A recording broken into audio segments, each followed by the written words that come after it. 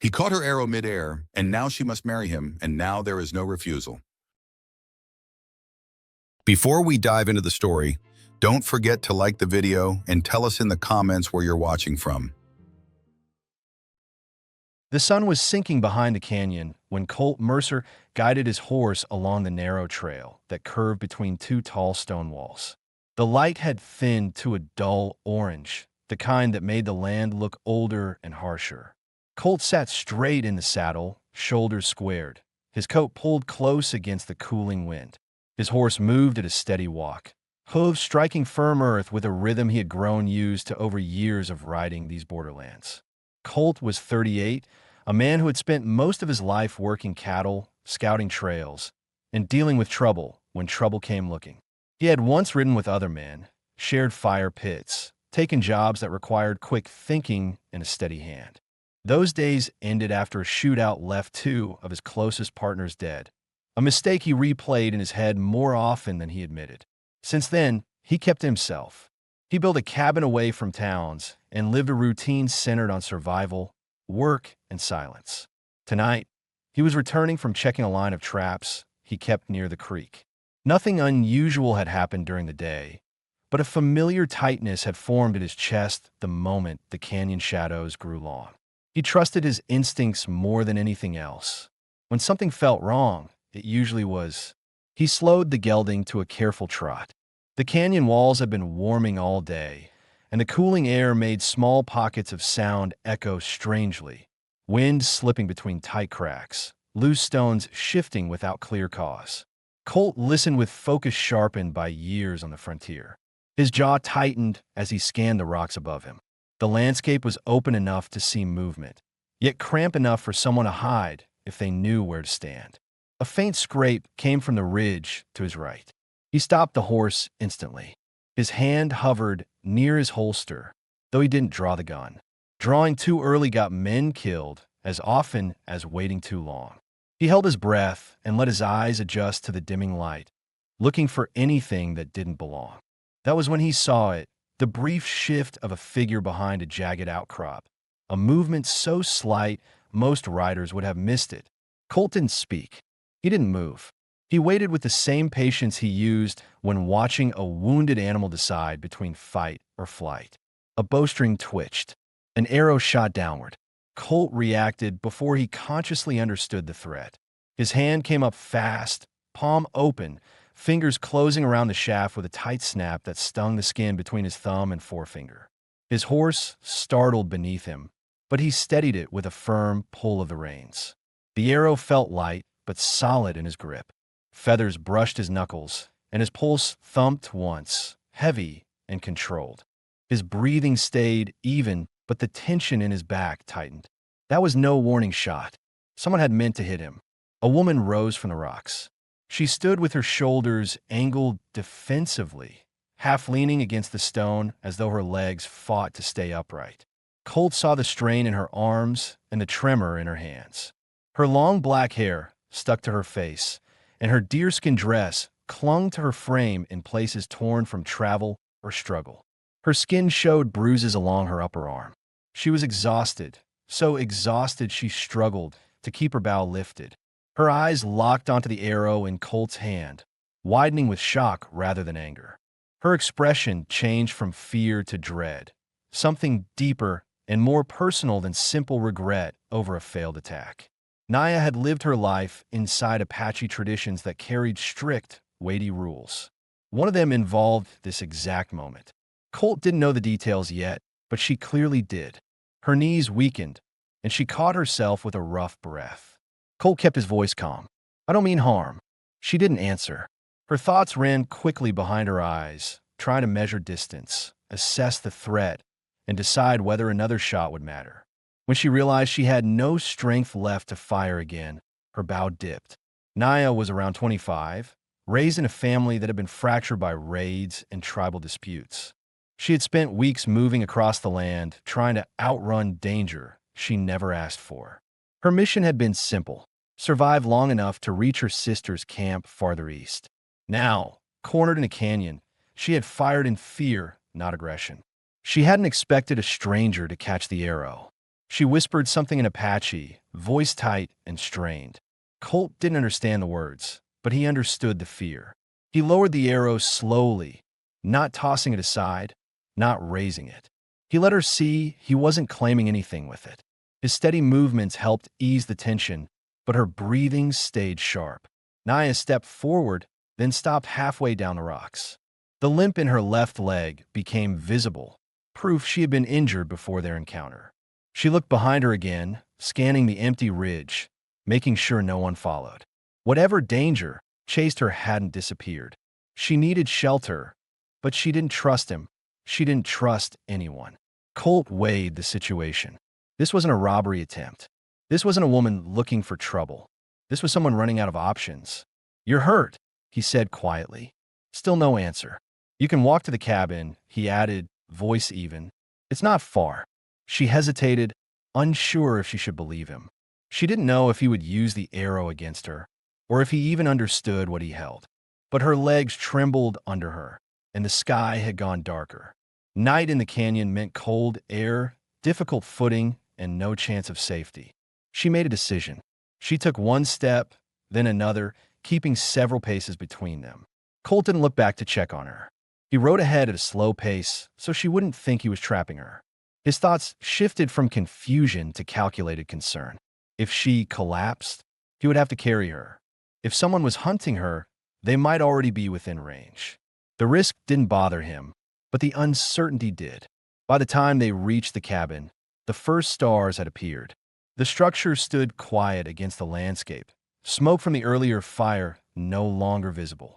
Colt dismounted and opened the door, stepping aside. He wanted her to see he wouldn't block her escape.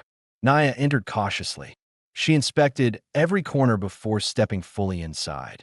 Only then did she relax her arm enough to lower her bow. Colt placed a lantern on the table and lit it. Warm light spread across the small room, showing the rough bed, the shelf of tools, the stove, and a single chair pulled close to the table. He set a tin cup of water and a piece of bread on the table. Naya watched his every movement, waiting for a trick that never came. "You can stay here tonight," he said. Her stomach tightened, not from distrust, but from hunger she had been ignoring for too long. She approached the table slowly and touched the cup as though checking whether it was a trap. When nothing happened, she drank carefully. Colt removed his coat and hung it on a peg. He sat at the edge of the bed, watching her in short glances rather than full stares, knowing constant attention would make her feel cornered. She settled near the door, choosing a place where she could defend herself quickly if needed. As the fire warmed the cabin, Colt studied her posture, the bruises, the way her fingers wrapped tightly around the bow, even when she closed her eyes. He didn't know her name yet. He didn't know why she fired at him, or why catching the arrow had shaken her more than missing the shot. But he understood one thing with complete certainty. This woman wasn't just afraid of him. She was afraid of something much bigger, something still out there. And by letting her through his door, he had stepped into it too. Morning crept into the cabin as a pale stripe of light pushed through the single window, settling across the wooden floorboards in a slow, uneven pattern. Colt opened his eyes to the familiar creak of the stove cooling from the night's fire, the faint sound of wind pressing against the outer wall, and the soft rustle of movement near the door. Naya was already awake. She sat cross-legged, her back straight despite the fatigue still evident in her eyes. She had kept the bow beside her through the night, one hand resting lightly on the wood, as if touching it allowed her to stay alert. Her expression was sharp and focused, but her shoulders carried a stiffness that came from long days of travel, hunger, and fear she had trained herself not to show. Colt didn't speak right away.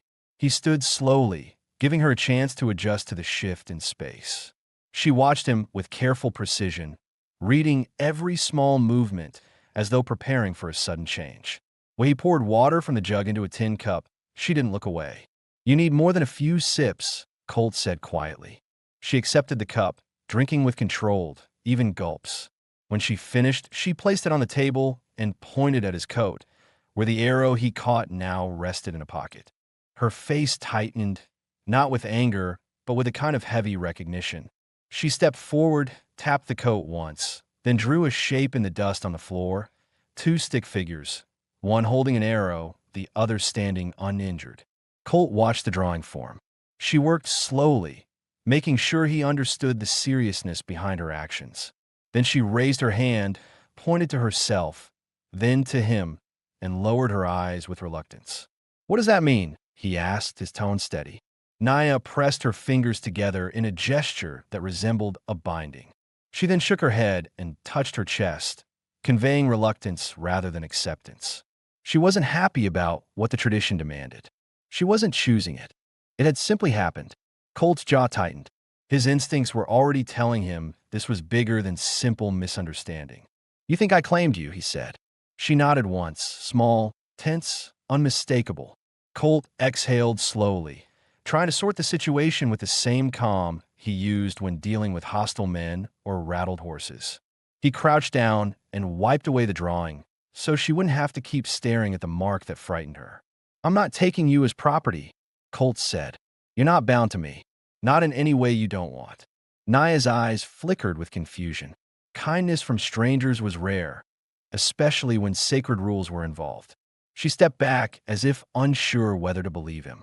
Then she touched her ribs, lifting the edge of her dress slightly to reveal a dark, spreading bruise.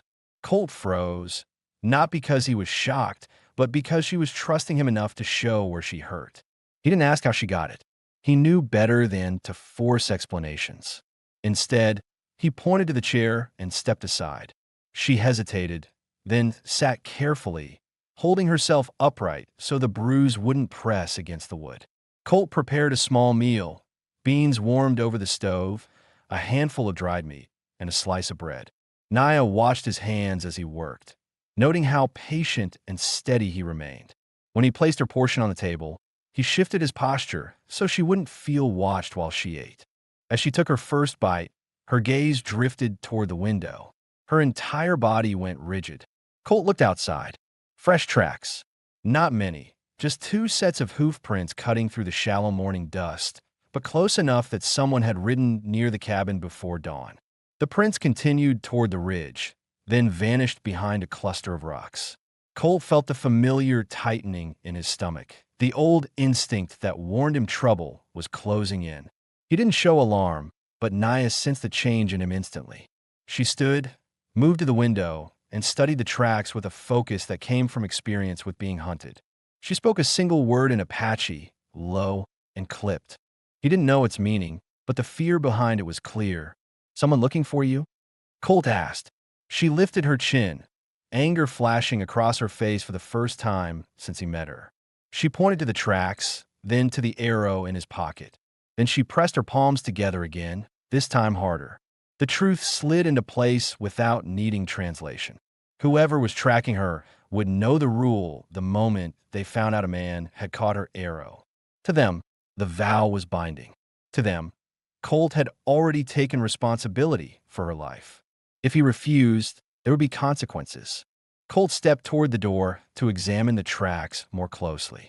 "If they come here," he said, "I'll handle it." Naya stared at him, stunned that he didn't hesitate. No man had ever taken risk on her behalf without demanding something in return. Her breath shook with contained emotion, but she didn't let it show fully. Instead, she turned away, gathering her belongings in quick, tense movements, as if preparing to run again. Colt stopped her with a simple gesture. "You can stay. I'm not giving you up to anyone." She froze, shoulders lifting slightly, evidence of how deeply those words struck her. Then she sat again, slower this time, calmer. Her bow rested against her knee, not clenched in her fist. For the first time, she looked at him without scanning for threats behind him. He didn't need her gratitude. He didn't need her trust. What mattered was that she understood one thing clearly. He didn't follow laws written to control someone else's life. He followed the rules he made for himself. And none of those involved abandoning someone who had nowhere else to go. And as Naya studied him in the quiet morning light, her heartbeat eased, just enough for her to breathe without the panic that had driven her for days. Something in the room had shifted. Not safety, not comfort, not trust. Something simpler, a beginning. The morning sun rose fully by the time Colt finished checking the tracks near the ridge. When he returned to the cabin, the door stood slightly open, moving gently with each shift of wind. He paused, listening for anything that felt out of place. Inside, quiet sounds confirmed Naya was still there.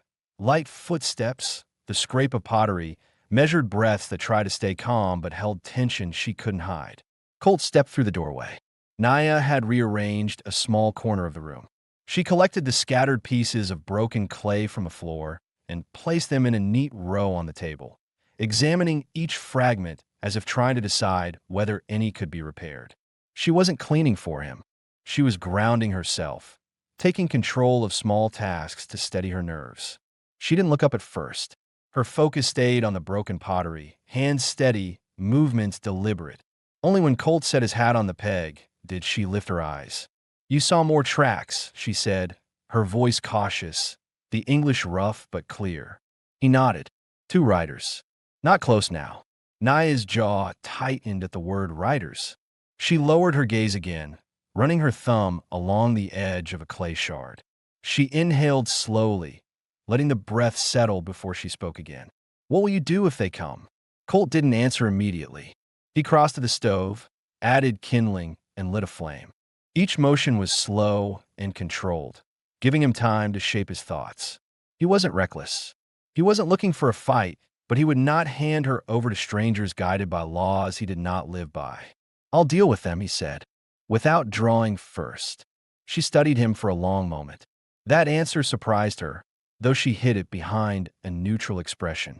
Most men she had encountered in the past were quick to show force, eager to prove authority. Colt wasn't like that. He stood calm, not proud, not fearful, simply ready. Naya wrapped her arms around her ribs as she rose from the table. She tested her injured leg with caution, placing weight slowly. The bruise that spread along her side made her movements careful but resolute. She stepped outside into the morning air before Colt could ask where she was going. He followed her with his eyes, but didn't step after her. He understood the need for space. She walked toward the line of cottonwoods, keeping one hand on the trunk of a small tree when her balance wavered. The landscape stretched open in every direction, no cover except scattered shrubs and rocks. She took in every detail: the horizon, the slope of the canyon wall, the shadows cast by each ridge.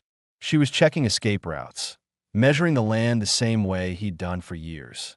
After a few minutes, she returned to the cabin and motioned toward her leg.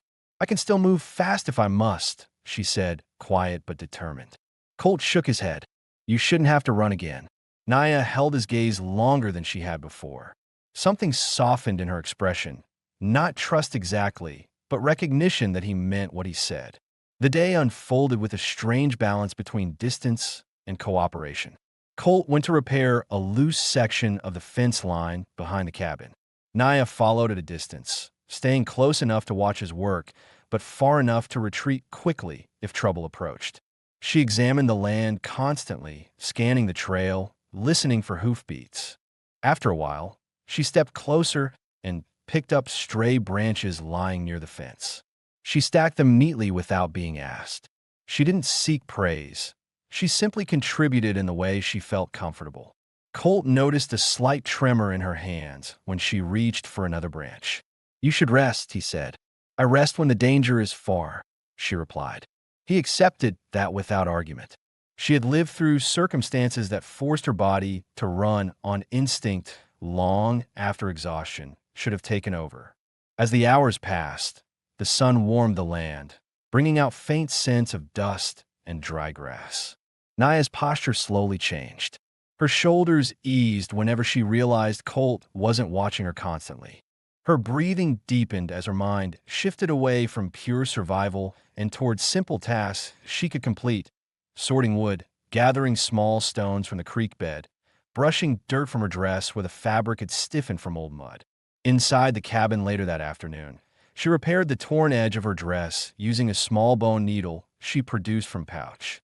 Colt watched from the table as she worked, noticing the precision in her stitching. She had learned to mend clothing from someone who valued patience and careful craft. He didn't ask who had taught her. She didn't volunteer the answer. When Colt prepared food for them both, she approached the table without hesitation. though she still sat at the far side. She ate slowly, measuring the taste of each bite as if checking for danger. When she finished, she touched the rim of her cup and spoke softly. "Why are you alone here?" she asked. Colt didn't expect the question. Usually, strangers avoided asking about another person's past on the frontier. But Naya was speaking from a place of curiosity rather than judgment. "I lived with others once," he said. "Lost them. Didn't want to watch that happen again." Naya studied his face without pity.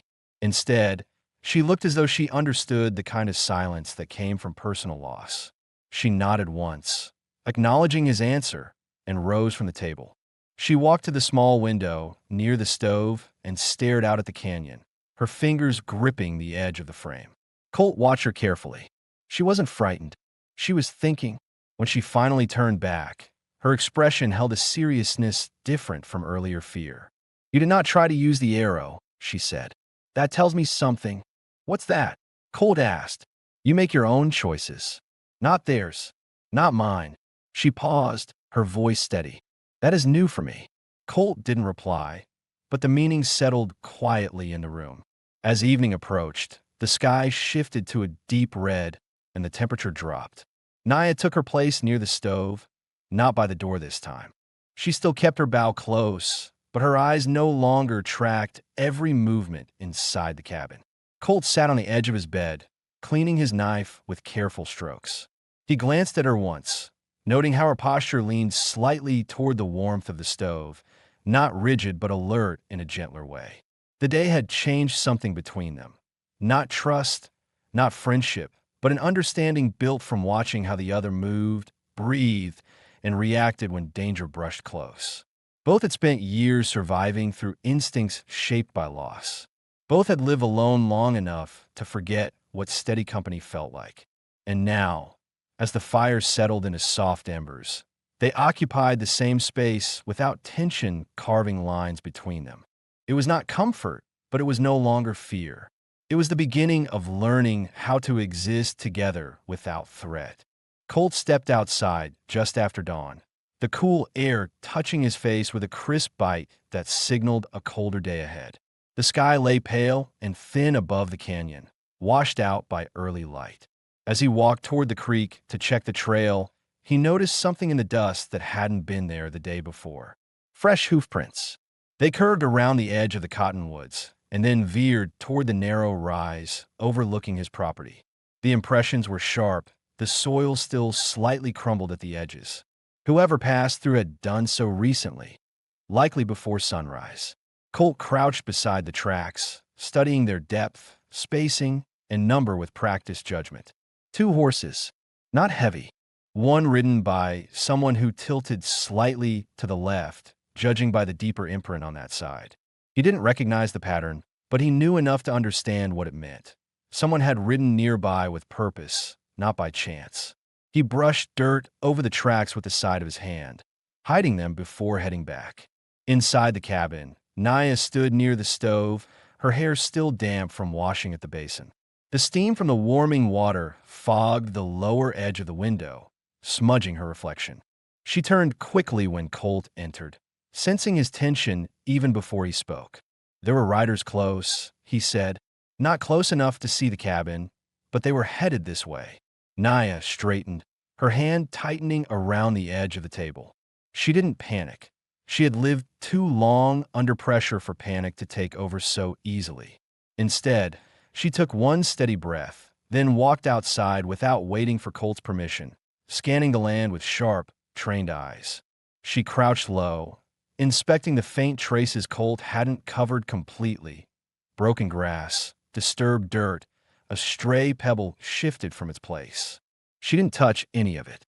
She simply observed, her expression tightening. "Apache riders," she said quietly.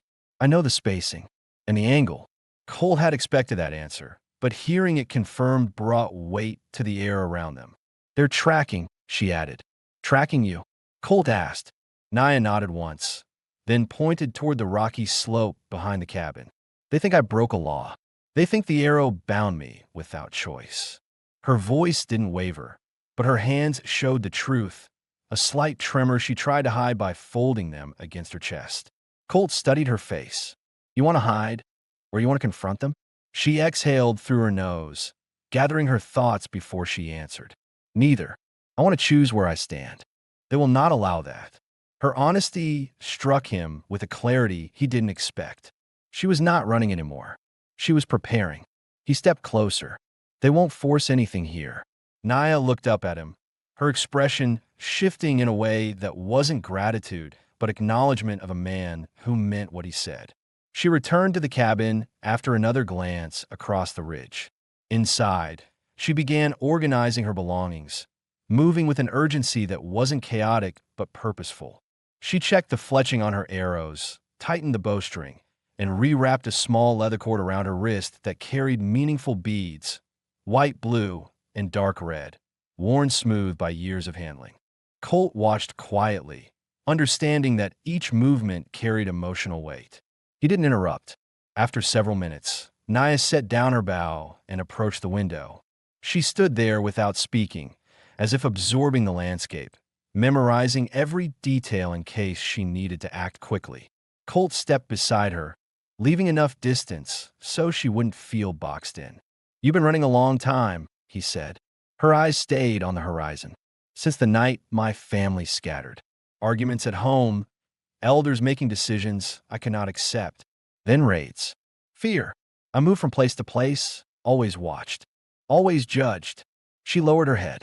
Freedom fell close, but rules follow even across open land. Colt listened without rushing her. She wasn't someone who shared easily. Every word she spoke came as a choice, not a slip. What about you? She asked. He thought carefully before answering. I came out here because I was tired of being responsible for things I couldn't fix. Men depended on me once. Some didn't make it back. I didn't want that on my shoulders anymore. Naya turned slightly toward him, her expression shifting from controlled caution to something more understanding. She recognized the weight behind his words, the unspoken guilt, the hesitation to lead anyone again. You left to survive, she said. So did you, Colt replied. They stood in silence for a moment, both facing the same window, but seeing different histories behind the landscape. Later that afternoon, Naya stepped outside again, this time without tension in her steps. She walked toward the creek with a slow, measured pace, her eyes fixed on the water as she knelt near the edge. She dipped her hands in and let the coolness roll across her skin. She stayed crouched for a while, focusing on her breathing, regaining calm in a way that seemed familiar, a personal ritual for steadying her mind. Colt approached from behind, not wanting to startle her. They'll come back for another pass, he said. Maybe today, maybe tomorrow. She stood, wiped her hands on the side of her dress, and faced him fully. When they arrive, they will ask a question you must answer. What question? Colt asked. If you claim the arrow. Colt felt the weight behind those words. He understood now why she reacted with dread when he caught it. The act wasn't just skill. It was symbolic, a decision she never intended him to make. I don't claim anything over you, he said firmly. She nodded. But they won't believe that easily. Colt thought through the possibilities. He didn't want conflict, but he also wouldn't surrender her autonomy to a rule he had never agreed to. We'll handle it when it comes, he said. Not before. Naya released the breath she'd been holding, the tension in her shoulders easing slightly. As the sun lowered again, casting long shadows across the canyon, she moved her sleeping place to the opposite side of the room, closer to the stove, not pressed against the doorway. It wasn't a gesture of trust. Not yet. It was a sign that she no longer planned to run during the night. Colt observed the change quietly, understanding what it meant. Their situation had shifted, not into comfort, not into safety, but into a shared space where they would face whatever came next, together, even if they didn't speak that truth aloud. The wind changed direction by mid-morning, carrying a faint scent of horses from somewhere beyond the canyon's bend. Colt recognized it immediately.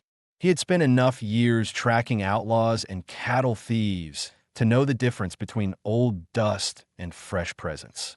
He stepped onto the porch and narrowed his eyes at the ridgeline. Nothing moved, but the land felt different, heavy, expectant. Inside the cabin, Naya paused mid-stitch as soon as she sensed Colt's focus shift. She didn't ask what he heard. Instead, she rose without sound, retrieved her bow, and positioned herself near the window. Her breathing steadied, the fear replaced with the readiness of someone who had survived many confrontations. A distant clatter broke the silence. Hooves on rock, not rushed, controlled. Colt stepped off the porch and scanned the horizon one more time before turning slightly toward the cabin door. "They're coming," he said. Naya's grip tightened on the bowstring. For a moment, her jaw clenched, but she forced her expression still. She wasn't afraid of the riders themselves. She was afraid of the rule they intended to enforce. The sound grew louder until finally 3 riders emerged from the canyon path. A small formation, but disciplined. Their horses were decorated with beadwork and leather wraps, identifying them as Apache men from Naya's own people. The man at the front rode a dark bay with a steady stride, his posture upright and authoritative. He was older, with deep lines carved across his face and a feather woven into his hair. The 2 behind him were younger, stern, and watchful. Colt didn't reach for his rifle. Instead, he rested one hand on his belt, staying calm but prepared. The riders halted several yards from him. The leader's eyes swept over Colt before drifting toward the cabin door, where Naya stood partially in view. A flicker of recognition crossed his face, followed by disappointment and something colder. Responsibility mixed with judgment. The leader spoke first. "She fired upon you." Colt didn't respond immediately. He let the sentence settle, recognizing it was not a question, but a statement laying the groundwork for what came next. "She did," Colt answered, voice steady. "But she didn't hit anything." "That does not matter," the leader said. "You caught the arrow." Naya stepped out a doorway, bow lowered but ready. Her voice came out controlled, though the strain behind it was visible. She spoke in Apache, the words sharp and clipped, her tone carrying defiance and explanation all at once. The leader listened without interrupting. When she finished, he shifted his attention back to Colt. "She claims you didn't try to take her, that you acted without intention," he said. "But rules are not shaped by intention. They are shaped by outcome." Colt's jaw tightened. He didn't like the way the man's tone packaged Naya's identity into a rule. "She stays or goes on her own terms," Colt replied. "No one decides for her." The younger riders stiffened at his words, hands moving subtly closer to their weapons. The leader raised a hand, stopping them. "She belongs to the vow until the arrow is acknowledged," the leader said. "Our law binds her life to the man who proves he can stop her strike without bloodshed. She becomes his responsibility." He paused, studying Colt's face. "If he rejects her, others have the right to claim vengeance for the broken right." Naya stepped beside Colt then, closer than she ever had. She didn't touch him, but the nearness itself was a declaration. She spoke again in her language, her voice lower, steadier, carrying a force that came from exhaustion and conviction. The leader listened carefully, nodding once before looking back at Colt. "She says you protected her dignity," he translated. "She says you gave her shelter without force. She says the choice is now hers." Colt didn't respond with pride or relief. He simply nodded once, acknowledging what she had declared. The leader's expression shifted, still stern, but less rigid. "If she chooses to remain here, then you must honor the vow fully. Not as ownership, as protection. She will not be hunted again if she stands with you." Naya inhaled sharply, her eyes darting to Colt. The truth of the moment hung heavy between them. Staying meant safety, but also commitment. Leaving meant danger, but freedom of movement. Colt didn't speak for her. She stepped forward instead. Her voice wavered only once. "I stay for my reasons, not for the vow." The leader considered her for a long, quiet moment. Then he turned to Colt. "If harm comes to her, we will know. If you mistreat her, we will return. But if you respect her choice, we respect yours." Colt met his eyes without flinching. "She's safe here." The leader dipped his head in acknowledgement. With a sharp whistle, he turned his horse. The younger men followed, the sound of hooves fading as they disappeared back toward the canyon's bend. When silence returned, Naya exhaled a breath she had held ever since she saw the riders. Her posture loosened, her bow lowered, her shoulders dropped. Colt remained beside her, giving her the space to feel whatever weight had just lifted.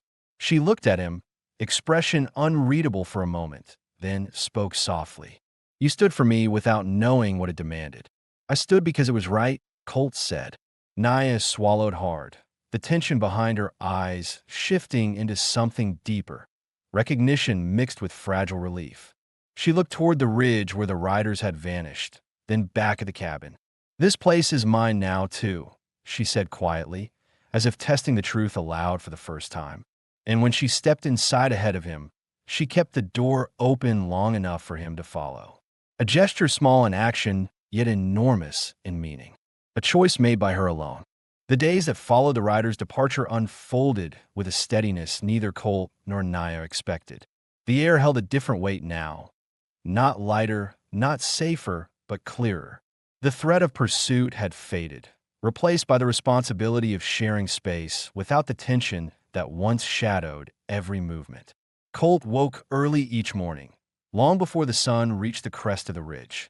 He pushed open the cabin door quietly, careful not to disturb Naya, and stepped outside into the crisp air.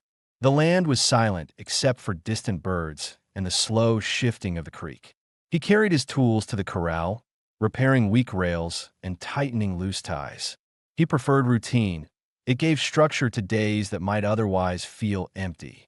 Naya rose a short while later. She no longer waited by the door, her posture rigid and ready to flee. Instead, she washed her face at the basin, adjusted the leather strap at her waist, and tied her hair back with steady fingers. Her movements were deliberate, not frantic, shaped by habit rather than fear. When she stepped outside, she walked not to check escape routes, but to begin her own tasks. She paused near the edge of the small garden Colt had attempted to cultivate months before. Most of the plants had died from neglect. She knelt and brushed soil away from a wilted stalk, studying the ground's dryness. Without asking permission, she began clearing out dead roots. She had tended crops in her childhood, learning from her mother how to coax life from harsh land. The motion brought a calmness to her eyes Colt hadn't seen before. He noticed from the fence line. Those won't yield anything, he said, not dismissively but with simple honesty. They might, she answered, if cared for. He watched her hands work the soil. The certainty in her voice surprised him not because she seemed confident, but because she allowed herself to claim authority over something. It meant she saw the land as a place she intended to remain. Throughout the day, their paths crossed naturally. Naya carried buckets of water from the creek, careful with each step so nothing spilled. Colt chopped firewood in steady, rhythmic motions. Neither hovered over the other. They moved like two people learning to share responsibility without overstepping boundaries. During the afternoon, Naya approached Colt with a small bundle of dried plants she had gathered. These help with swelling, she said, touching her rib where the bruise still lingered. She offered him some as well, placing them gently on the table. Colt nodded, accepting the gesture. The simple act of sharing knowledge altered the atmosphere between them. Less guarded, more practical. Later, she began sorting through the scattered items on the shelves, organizing tools, stacking tin cups, and folding cloth strips left from old repairs. Colt noticed she never threw anything away. Every fragment, every scrap held potential for a new purpose. He admired that about her silently. That evening, after supper, Naya surprised him by stepping outside first. She stood near the porch, gazing at the horizon where the sky shifted from deep orange to muted purple. Colt joined her, leaning lightly against the railing. "There's quiet here," she said. "There is," Colt replied. She turned her head slightly, considering him. Quiet is not always peaceful, but this one feels different. Colt looked out at the land. Better than the noise out there. Naya's lips pressed together in agreement. She didn't smile, but there was a softness in her expression he hadn't seen before. As the air cooled, she returned inside and knelt beside her bedroll. This time, she didn't place it near the stove or the door.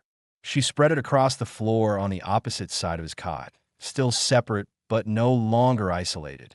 She did it without hesitation, as if the decision had been waiting for the right moment. Colt noticed. He didn't comment, respecting the significance of the shift. Before lying down, she removed a small woven band from her belongings and untied it carefully. Inside were several pieces of polished stone, each carved with a simple symbol. She arranged them beside her bedroll in a quiet, intentional line. Colt observed from a table. "Something important?" he asked. "They belong to my father," she said. "I place them wherever I stay, to remember that I come from somewhere." He nodded slowly. "Good thing to hold on to." Naya touched one of the stones lightly. Her fingers lingered longer than usual. "Do you miss them?" Colt asked, choosing his words carefully. She released a long, steady breath. "I miss the people they were before fear changed everything." Her answer settled between them, honest and heavy, yet not burdened by despair. Colt didn't push further. He understood too well the difference between grieving someone gone and grieving someone changed. When she finally lay down, her breathing slowed in a way he hadn't heard since the night she arrived. She seemed anchored, for now at least. Colt extinguished the lantern and stretched across his cot. He listened to the night sounds outside, the distant rustle of wind, the soft creaking of the cabin settling, the faint crackle of the dying fire. Across the room, Naya slept without clutching her bow. For the first time since her arrival, the cabin did not feel like a shelter for a frightened stranger. It felt like a place beginning to hold two people who had stopped running quite so fast. And though neither said it, both felt the quiet shift settling around them. A new rhythm, built on shared ground, not obligation. The next morning broke with a thin veil of clouds, masking the early sunlight. The air held a faint chill, the kind that hinted at a change in weather. Colt stepped outside first, boots pressing into the damp earth as he checked the sky with a practiced eye. The wind moved differently today, slow, dragging across the canyon as if carrying a message that hadn't yet arrived. Behind him, the cabin door opened gently. Naya emerged with her hair tied back loosely, strands falling over her shoulders.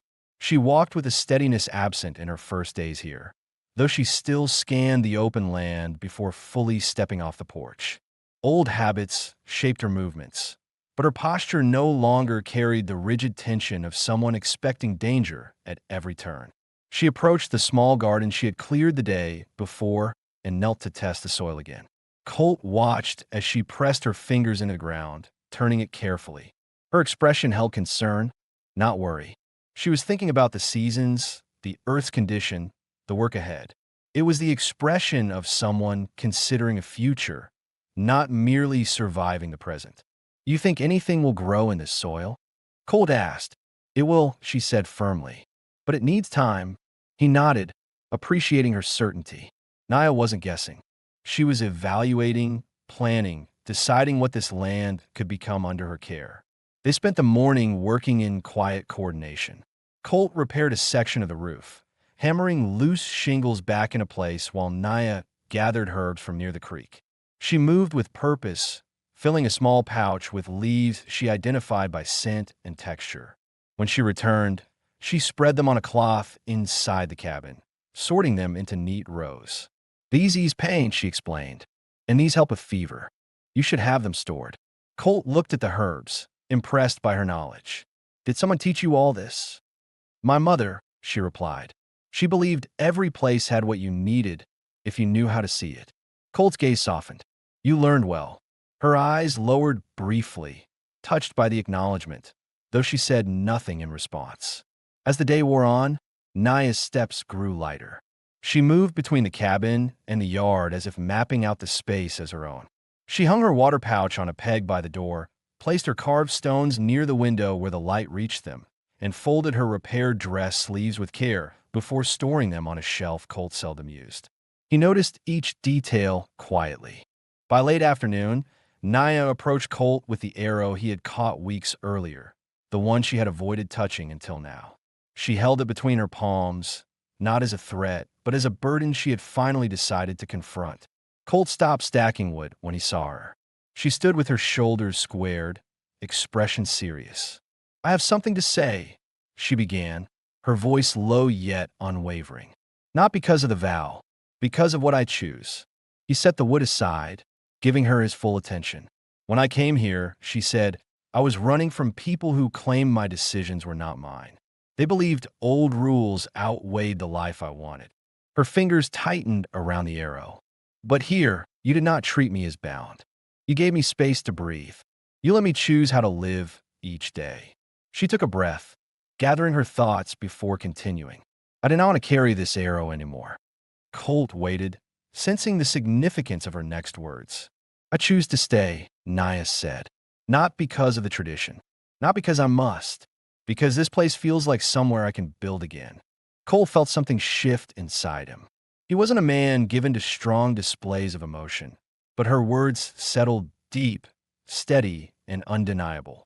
He met her gaze and saw no hesitation there. Only a quiet certainty shaped by days spent learning each other. What do you want me to do with it? He asked softly. Naya looked at the arrow, then back at him. Destroy it. So nothing outside this place can claim my path again. He took the arrow from her hands, holding it with care. She stepped back, watching as he walked toward the fire pit. He set the arrow across the stones and lit a small flame beneath it. The fire grew slowly, warming the wood until it cracked. The feathers curled, the shaft darkened, and soon there was little left except glowing embers. Naya watched every moment, her eyes reflecting the firelight. When the arrow collapsed completely, she exhaled, a long, controlled breath that released a weight she had carried for far too long. Colt approached her again. It's done. She nodded, but her gaze lingered on the embers. I never thought I'd see that day. Now you have, he said gently. Naya lifted her chin, something resolute forming in her expression.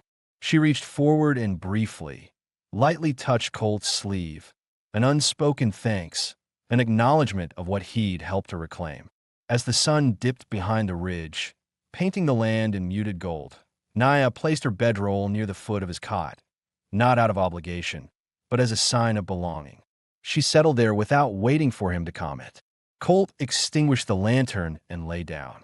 The room felt different, warmer, grounded, shared. And for the first time in many years, Colt drifted into sleep, not with the burden of solitude, but with the knowledge that another person had chosen to remain beside him of her own will. It was a quiet shift, but it changed everything. The last remnants of the burned arrow cooled overnight, leaving the fire pit ringed with gray ash and faint black streaks. When Colt stepped outside, just after dawn, he stood over the remnants for a long moment. The gesture had meant something important to Naya, freedom from a rule she never asked for, and he wanted to be sure every piece was gone. He stirred the ash with a stick until it broke into fine powder that scattered across the ground with the wind. Behind him, the cabin door creaked softly. Naya stepped out, wearing a leather wrap she had repaired the night before. Her eyes drifted to the pit, scanning it closely. Seeing nothing but dust and char, she released a slow breath, not in fear or sorrow, but in acceptance. Colt nodded toward the empty fire pit. Nothing left to bind you. Her gaze shifted to him, steady and clear. Good. She did not linger on the ashes. Instead, she walked toward the corral where the old mare stood waiting for feed. Naya reached out, brushing the horse's neck with careful strokes. The mare leaned into the contact, a sign of trust Naya had earned slowly over days of patience. Colt watched the interaction with quiet appreciation. Animals sense things about people that humans rarely saw first: intent, calm, sincerity. Naya had all three. Colt joined her at the fence. She listens to you. She knows I won't harm her, Naya replied. Her words carried more meaning than she intended. Colt heard it, but he let it pass without comment. The morning unfolded with an ease neither had experienced before. Naya prepared a broth from the herbs she dried the previous day, adding strips of meat Colt had smoked earlier that week. The cabin filled with a warm, earthy scent. She worked with an attentiveness shaped by years of living through scarcity, using every resource carefully. While she cooked, Colt repaired a broken latch on the back door, glancing over his shoulder now and then just to take in the unfamiliar feeling of another person sharing his home without tension. When they sat to eat, Naya tasted the broth first, nodding at its warmth. Colt took a spoonful and felt the heat spread through his chest. It was the first meal in a long time that didn't feel like fuel for survival, but nourishment from someone who intended to remain. After breakfast, Naya approached Colt with a firm expression.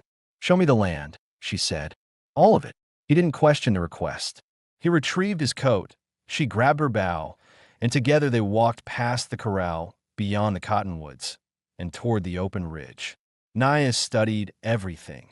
The slope of the hills, the dry creek bed, the narrow trails branching off between brush. She wasn't planning escape routes anymore. She was learning the territory as someone invested in its future. "This ground is strong," she observed, "but the soil near your garden is tired. It needs rest." Colt listened. "What does it need?" "Time, water, and someone who cares about it." He nodded, understanding she wasn't just talking about the soil. They climbed the ridge, stopping at a point where the canyon spread wide below them. The land stretched for miles, rough, unforgiving, but honest.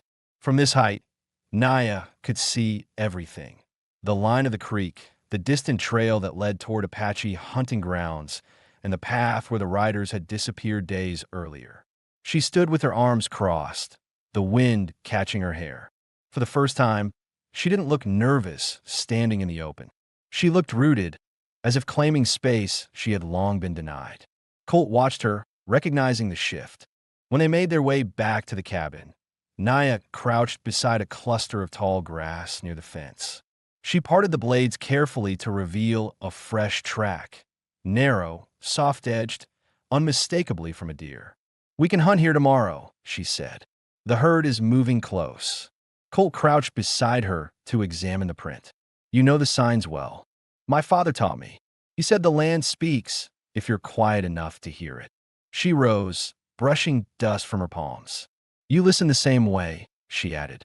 "Different land, different lessons, but you hear them." The comparison surprised Colt more than he let show. He wasn't used to being understood through such simple observations. As evening approached, they spent time inside the cabin organizing supplies. Naya arranged herbs into neat bundles, while Colt sharpened tools that had gone dull. They worked without speaking, the silence warm rather than thick. Their routines no longer ran parallel.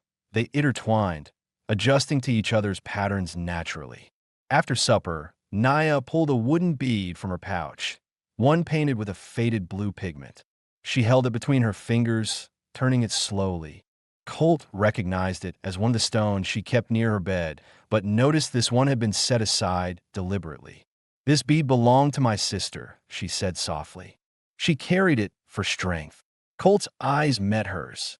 "Where is she now?" Naya looked toward the darkening horizon. "Alive, I hope. Our family scattered, but she is strong. Stronger than I was." Colt shook his head. "Strength isn't a contest. You survived. That counts."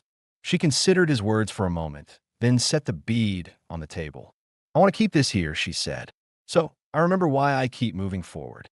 He nodded. "Then it belongs where you see it every day." She left it in a place of quiet honor on the shelf beside the lantern. Later, as they settled into their beds, Naya wrapped her blanket around herself and stared at the ceiling for several minutes before speaking. "You helped me break from something that held power over my life for too long," she said. "I didn't expect that from a stranger." "I didn't do it for reward," Colt replied. "I did it because it needed doing." Naya shifted slightly, her breathing evening out. "I know." The lantern dimmed until only the glowing coals from the stove lit the room. When Naya finally closed her eyes, her face carried a calm that hadn't existed before she stepped through Colt's door. She was no longer simply protected. She was choosing to build something new. Colt lay awake a while longer, aware of the quiet transformation happening between them. Not forced, not sudden, but real. Outside, the night wind swept across the ridge, carrying away the last traces of past. Inside, two people who had lived too long in fear rested for the first time with the faint possibility of a shared future. The morning of the decision arrived quietly, with a soft light spreading across the valley and settling on the cabin roof like a calm announcement of what the day would bring. Colt stepped outside first, as he often did, but his movements carried a slower rhythm. Something felt different, steadier, more resolved. The world around him seemed to hold its breath, waiting. Naya emerged a few minutes later. She had taken time to braid her hair neatly, threading a thin leather strip through the end to keep it from unraveling. Her dress, though worn, had been washed and mended with precision. She stood on the porch and looked at Colt with an expression that held no uncertainty.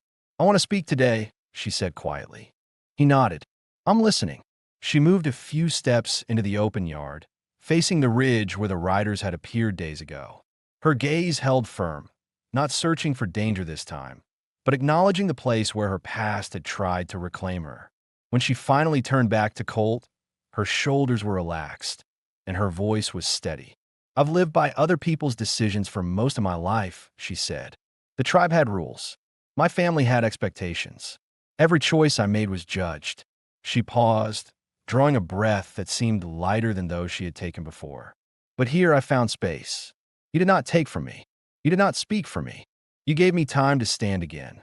Colt's chest tightened slightly, not from fear or conflict, but from the depth of what she was offering. "You owe me nothing," he said. "I know," she replied. "That is why I choose this."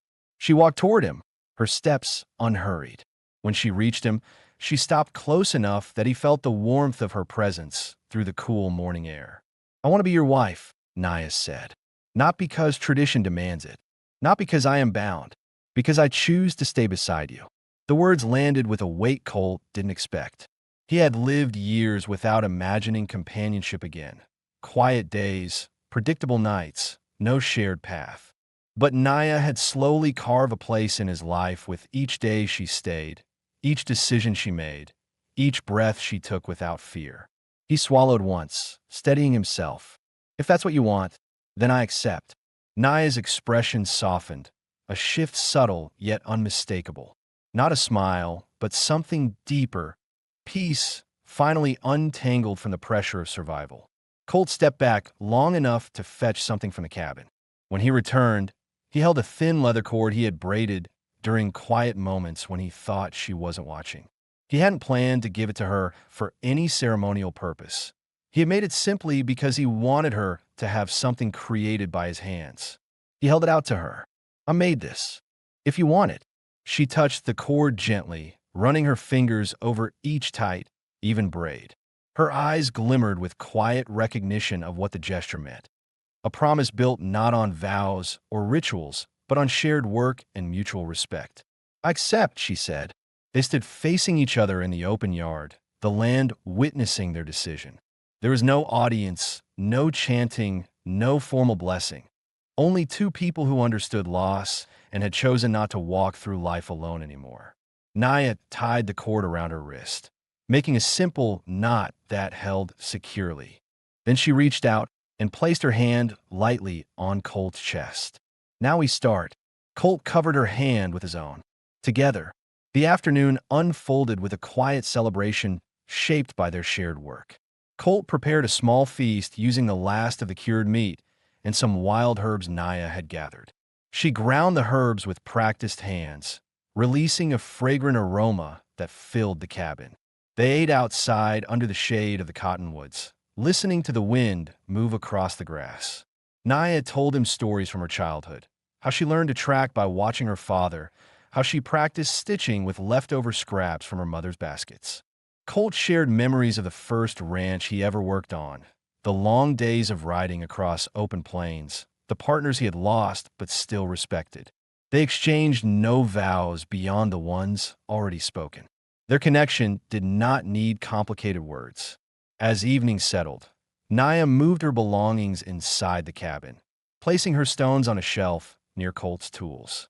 She rolled her bed into a tighter bundle and set it near his cot, not as a guest, but as a wife ready to build a life beside him.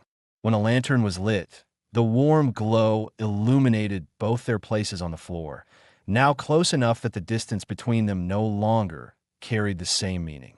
Naya lay down first, resting her head on a folded blanket. Colt settled beside her, neither touching nor separating themselves. They breathed the same quiet air, feeling the shift that bound them not by law, not by fear, but by mutual choice. Before sleep took her, Naya whispered, "I am home." Colt closed his eyes with a calm he had not felt in years. "And you're safe." Outside the cabin, the night unfolded without tension or danger. No riders, no threats, just a steady breeze moving across the land they now shared. Their story ended not with noise or triumph, but with two people choosing each other in the stillness of a peaceful night. A union forged by respect, strengthened by shared hardship, and sealed by the simple act of staying.